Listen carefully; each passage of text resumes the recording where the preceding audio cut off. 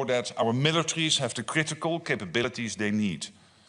This is good for our security and, by the way, also good for our economies. Defense spending keeps us safe, but it also creates jobs across the alliance. We will also address NATO's continued support for Ukraine and the need to bring an end to this terrible war. Later today, NATO allies, partners and Ukraine will take part in a meeting of the Ukraine Defense Contact Group, chaired by Germany and the United Kingdom. This will focus on continued support for Ukraine as it fights back against Russian aggression. And we fully support President Trump's efforts to stop the bloodshed with a just and lasting peace. NATO's long-term support to Ukraine is not about prolonging the war. It is about ensuring Ukraine can defend itself now and prevent any future aggression. Allies will also meet in the NATO-Ukraine Council tomorrow with Minister Umerov and EU High Representative Kallas. Minister Umerov will give an update on the battlefield and offer Ukraine's assessment on the search for peace. We are at a pivotal moment for our security. Make no mistake, NATO is strong today and we will become even stronger. Strong defenses send a clear message. No one should ever think of attacking us. Finally, nuclear deterrence is the cornerstone of alliance security. And tomorrow this ministerial will conclude with a regular meeting of the Nuclear Planning Group. The fundamental purpose of NATO's nuclear capability is to preserve peace, prevent coercion and deter aggression. And with that, I'm ready to take your questions. All right, we'll start with the gentleman in the fourth row with the glasses.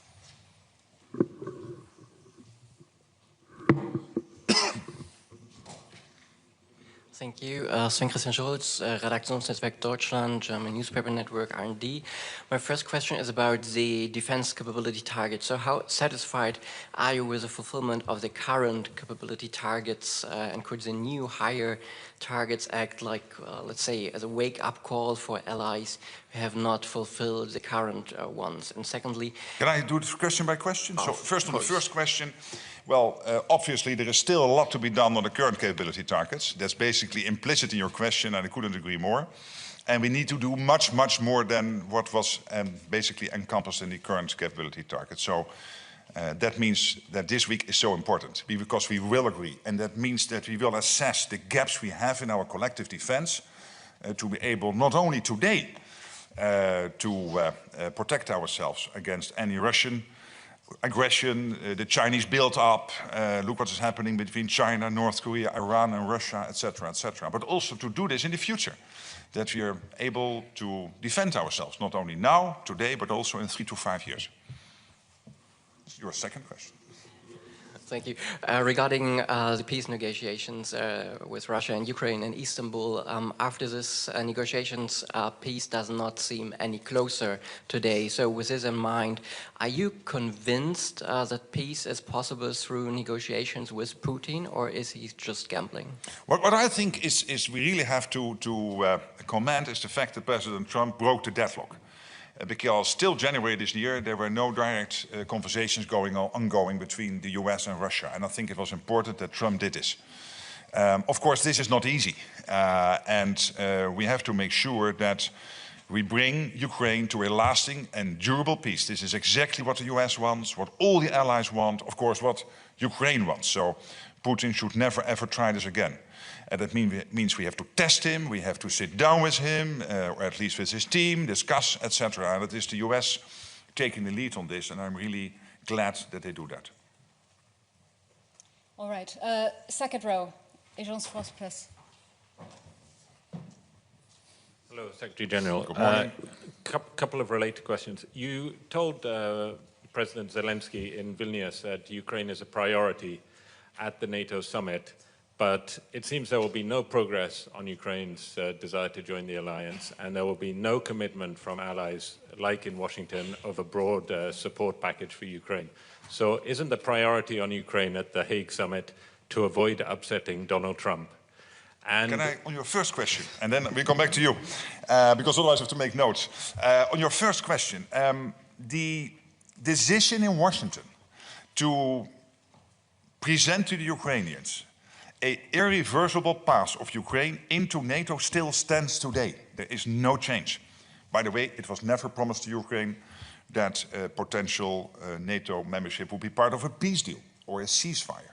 But that long-term commitment, that irreversible path is there, and we are building the bridge through the command in Wiesbaden, what we are doing together with Ukraine in Poland, capturing all the lessons.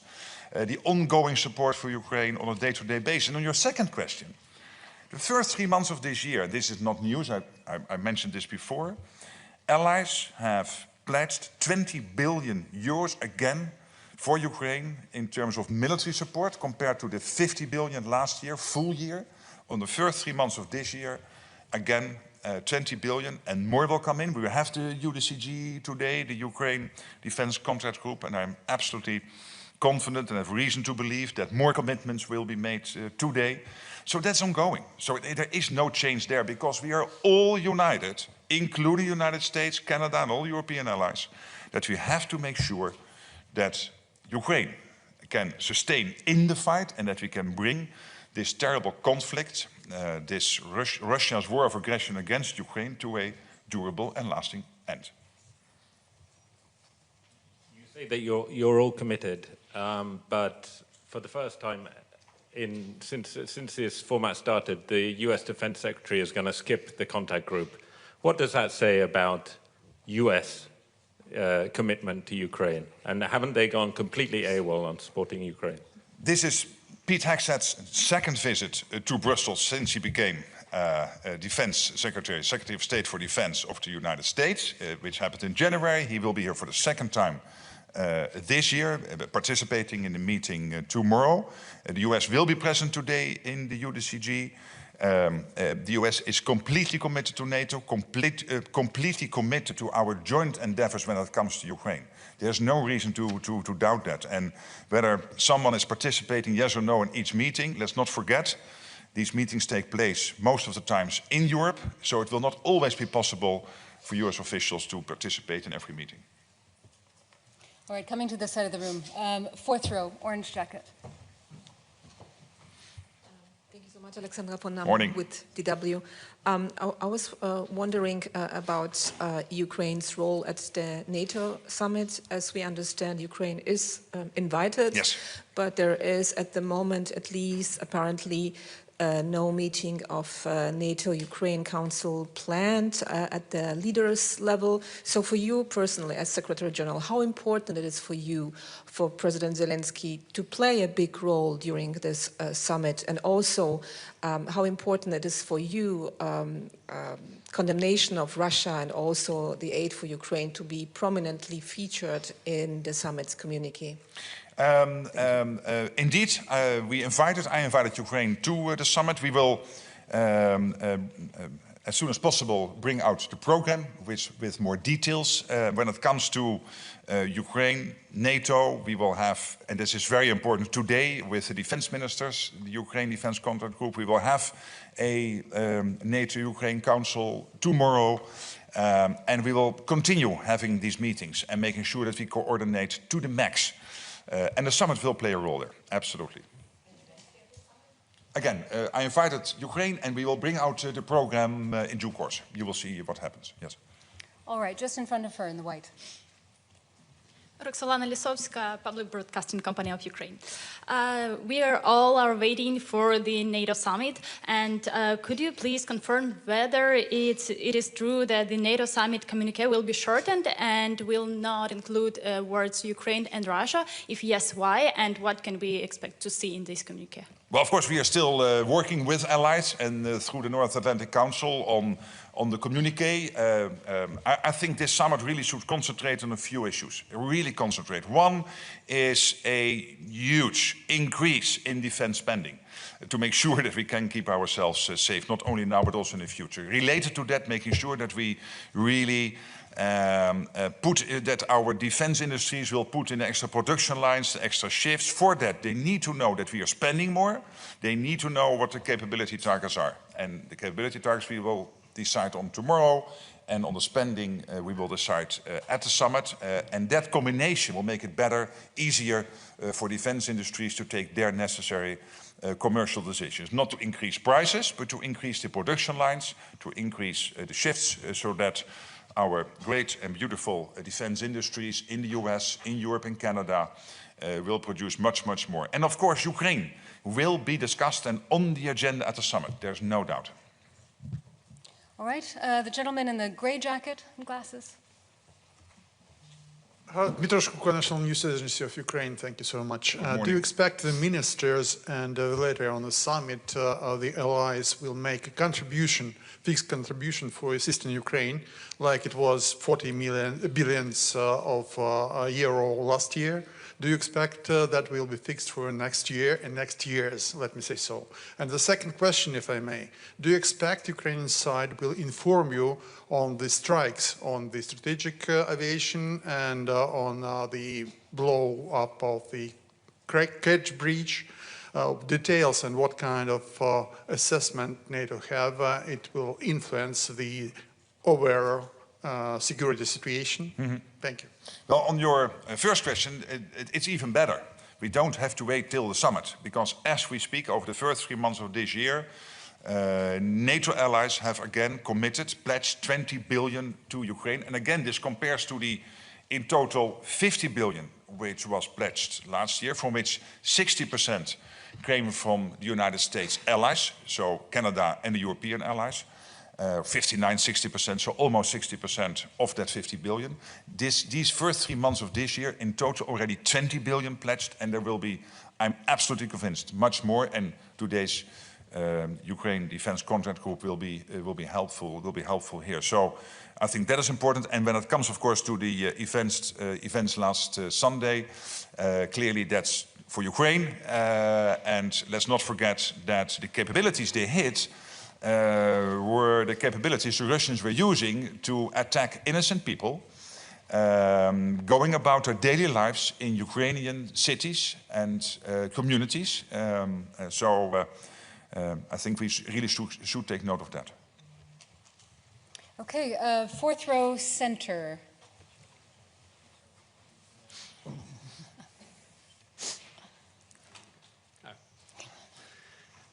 Yes, thank you, Mr. Secretary General. How unfortunate is it that the Dutch government has collapsed 3 weeks before the summit? And how important it is, you think, that Dutch Parliament will allow the caretaker government to decide on the new investment plan? And just for the record, you're staying here, right? Or yes. Is duty calling? I'm staying here, obviously I should not comment about Dutch politics, but I'm really absolutely positively convinced that at the summit with the 32 we will come to an agreement when it comes to this really big increase in defense spending, in defense industrial production, keeping the support for Ukraine going. I'm absolutely convinced. All right, and then coming to the second row here in the center. Secretary General, I have rather 2 questions. The first one is about external politics and the other one about internal politics. So about the external. The United States plan to withdraw their troops from Europe. How would Russia and China and the other countries that are not so friendly to NATO evaluate that? And the Can I do it question by question? So on your, yeah. And then you can then ask the second question if the gentleman is able to sustain that position. Thank you. Yeah. On the first question, there are no plans at the moment for the US to withdraw troops. What we do know is that, one, the US is completely committed to NATO. They expect European and Canadian allies to spend much more, because why would they spend X percentage on defense and then the rest of the alliance a lower percentage? So we have to increase spending, first of all, because we have to reach all those capability targets and close the gaps we still have to make sure that we can also fight the Russians if they try to attack us in 3 to 5 years, but also to equalize with the United States. And I think that is only fair. And then we know that the United States, of course, Europe, NATO is extremely important, because for a safe United States homeland, You need a safe Atlantic, you need a safe Arctic, and you need security in Europe. This is all three crucial for the United States. But at the same time, we know the United States also has to, because they are so big and so powerful, have to concentrate on other theaters in the world, like the Middle East, and of course the Indo-Pacific. So pivoting somewhat more to these areas is only logical. And what we have to make sure is that there will be no gaps in our capabilities, etc., etc. And I'm absolutely convinced that is exactly the way we will go ahead on this. Well, it was the ambassador of the United States to NATO, Matthew Whitaker, who announced this plans to withdraw. So at the moment, I see a contradiction between your words and his words. No, because we speak every week, and I know exactly what he said. And what he said is, exactly as I said, we have to pivot more towards other theaters, and we will make sure that there will be no capability gaps in Europe. And the second question, internal, you said that the NATO plan to increase defense spending, and do you expect the European member states to cut their social spending, like healthcare, like pensions and unemployment payments, stuff like that, in order to increase budget spending on defense issues?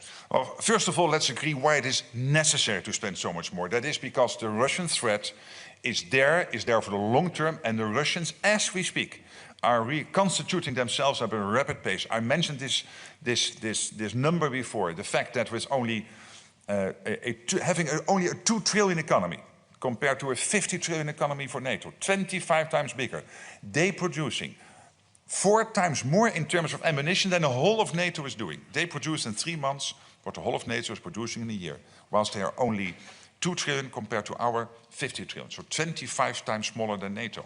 So that means that we really have to ramp up our defense spending. Munition, priority number 1, but also all the elements I mentioned, including command and control, maneuverable land formations, long-range missiles, air defense systems, etc., etc., to keep ourselves safe. Then, of course, if that means for countries increased defense spending, you will come to the political question where to get it from. And then it's up to the politicians and the national consensus how to do this. And there are generally 3 areas. You can increase taxation, you can increase the debt, or you can try to find savings elsewhere. But this is up to national politicians, not up to me. I only need to make sure that collectively we have what we need to prevent us from taking out the Russian language courses. All right, and just next to him in the second row. Hi, thank you, Secretary General. I'm Sam Brazil from the independent Russian outlet Meduza. I have 2 questions about the Baltic region. NATO countries are already challenged today in the Baltic region with sabotage attacks regularly and Russia's shadow fleet, among other things. So first question, is NATO prepared for a potential Russian hardcore attack in the Baltic region? Well, first of all, we are always prepared for every eventuality, and Vladimir Putin should know that if he would try, that our reaction will be devastating, and he knows. What we have to make sure of is that it is not only devastating today, but that it will also be devastating and very effective in 3, 5, 7 years from now, and that's why we have to spend more. When it comes to the Baltic region, but this is also true for the Black Sea and for other NATO areas, there is the constant threat of attacks on our critical undersea infrastructure. That's why we have set up in Markham, the Maritime Command in the UK, this specialized center when it comes to our undersea critical infrastructure. That is why Baltic Sentry, which is an activity which was launched under the auspices of General Cavoli, our Supreme Allied Commander, starting on the 5th of January this year, in reaction to what happened when it came to the sea cables between Estonia and Finland.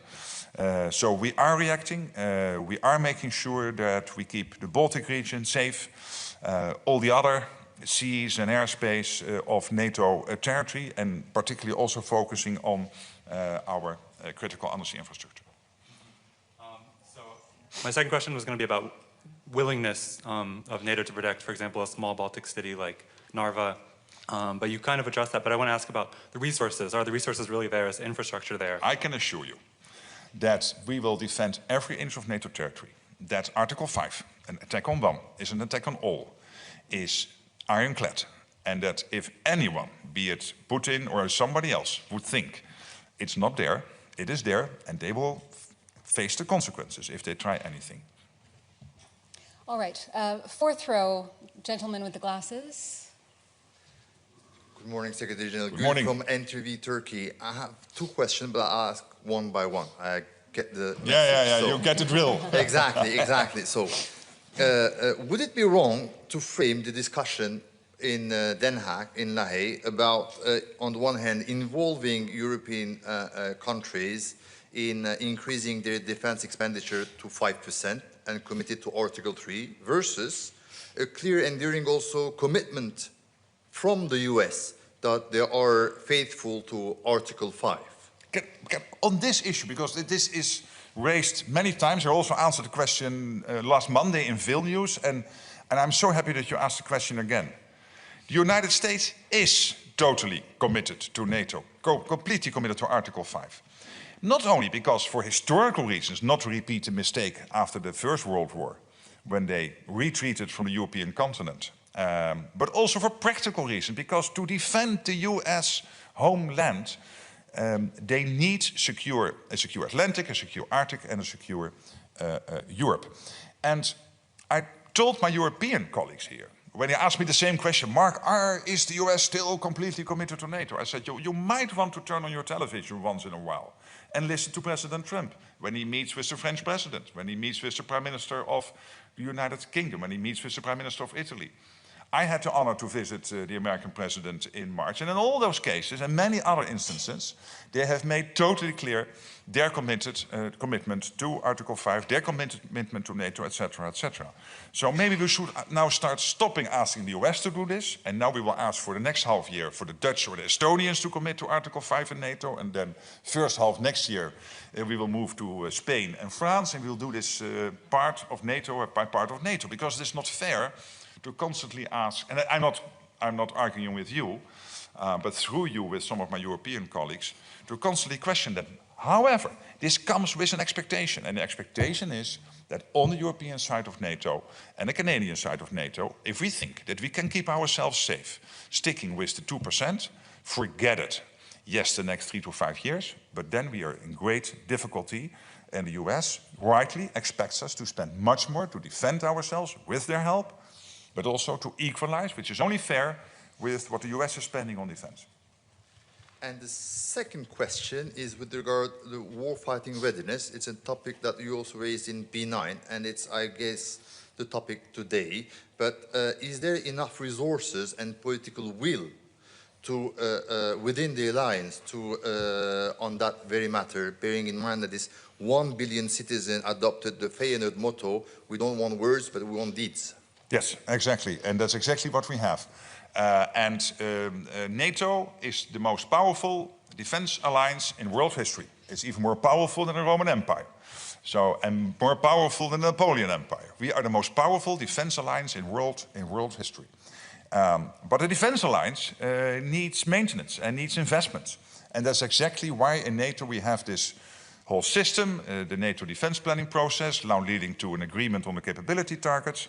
And that means that we will have exact clarity on where are we and where should we be if we want to be able to defend ourselves not only today, but also in 3, 5, 7 years. Listen to the German chief of defense, who said this week on the record that within 4 or 5 years the Russians might be able to attack us. Well, I and all my colleagues want to prevent that because we want to stay free, we value our way of life, and we don't want any form of Russian dominance over NATO territory. All right, just in front of him, Reuters. Andrew Gray from Reuters. Secretary General, you said that Ukraine is invited to the summit at The Hague. When you say Ukraine, do you mean specifically President Zelensky? And is he invited to the summit itself? Would there be a NATO-Ukraine Council? Or just to the dinner? And if that's the case, isn't that a diplomatic downgrade on previous summits? As I said to your colleague, we will publish the program in due course. All right, coming here, fourth row, the woman in the peach jacket. Thank you, Bin Chung Morning. with South Korean news agency Yonhap. The newly elected South Korean president took office today. Yes. So what would be your message to him? And in this regard, are you now in a position to officially announce the invitation of IP4 countries to the Hague Summit? Thank you. Well, again, on the program, we will publish that in due course. But of course, there is a tradition of the IP4 participating in NATO meetings. And personally, I very much look forward to working with the new Korean president. I wish him luck and well in his important endeavors. It's not an easy job because there is so much at stake, of course, in the Indo-Pacific, in Korea, but also in his relations, the very important relations Korea has with the rest of the world. So I'm there to help, to support, and to build that relationship, and I really look forward to doing that. And I wish him every success. All right, I think we have time for a couple more questions. The woman here in the front. Hi, thank you. Ksenia Polska, Deutsche Welle, Ukrainian and Russian. I have a question on the Spiderweb operation carried out by Ukrainian armed forces in Russia. It's a couple of questions, so maybe, yeah, we know the drill. Has the attack changed the perception of what Ukraine's and Russia's armies are capable of? And has it changed the balance of power in a way that could actually affect the negotiations? I think there's good reason for me not to comment on everything happening at the battlefield. You know, Ukraine has our full support. All allies want Ukraine to be in the best possible position in the peace talks. We want to bring this conflict to a durable end. And when it comes to a specific operation last Sunday, as I mentioned to one of your colleagues, clearly what they targeted is Russia's capability to hit out, to target with missiles and other means innocent Ukrainian civilians in cities, in communities all over Ukraine. And I clearly take note of that. But let me not comment on every step and then assess what that means for the standing and the war, etc., because that's not always helpful. Question because, of course, my newsroom, my newsroom is expecting. I cannot let you go without asking the question. But you said you don't want to go into details. Still, I have to. Was Ukraine using intelligence of NATO allies for that Pavutina Spiderweb operation? As I said on your previous question, it's tradition for us to not comment on every Ukrainian operation or every Russian operation. Sometimes we do, sometimes we don't comment on it. And in this case, my comment is clearly on the targets of the Ukrainian operation. And these are Russian capabilities they use to do this indiscriminate, unprovoked attacks on innocent Ukrainian civilians, cities, etc. And that's terrible that they do this. And I take note of the fact that Ukraine was targeting those capabilities. All right, and final question to the gentleman just behind her. Thank you. Sergei Sidorenko, European Pravda, Ukraine. I'd like to ask you about your vision and allies' vision on distribution of this, let's say, 5% or what you would finally define. Ukraine is getting support, Ukrainian armed forces are getting support from the alliance. Do you see that this support can be accounted as part of hard security expenses, or it could be only a kind of defense-related expenses, or it can be both, or it's still under discussion? And anyway, would Ukraine account for taking part in this high investment, which can amount up to 5%? Thank you. First of all, it would be strange and not wise if in NATO we would take decisions on spending more and then doing it in such a way that it would somehow work against Ukraine getting what it needs going forward to stay in the fight and be in the best possible position in the peace talks. So we will make sure that we will design the new investment plan in such a way that it will not impact the way our allies are working with Ukraine to make sure that you have what you need to stay in the fight. All right, thank you all so much. We will see you back here tomorrow. Thank you. See you tomorrow.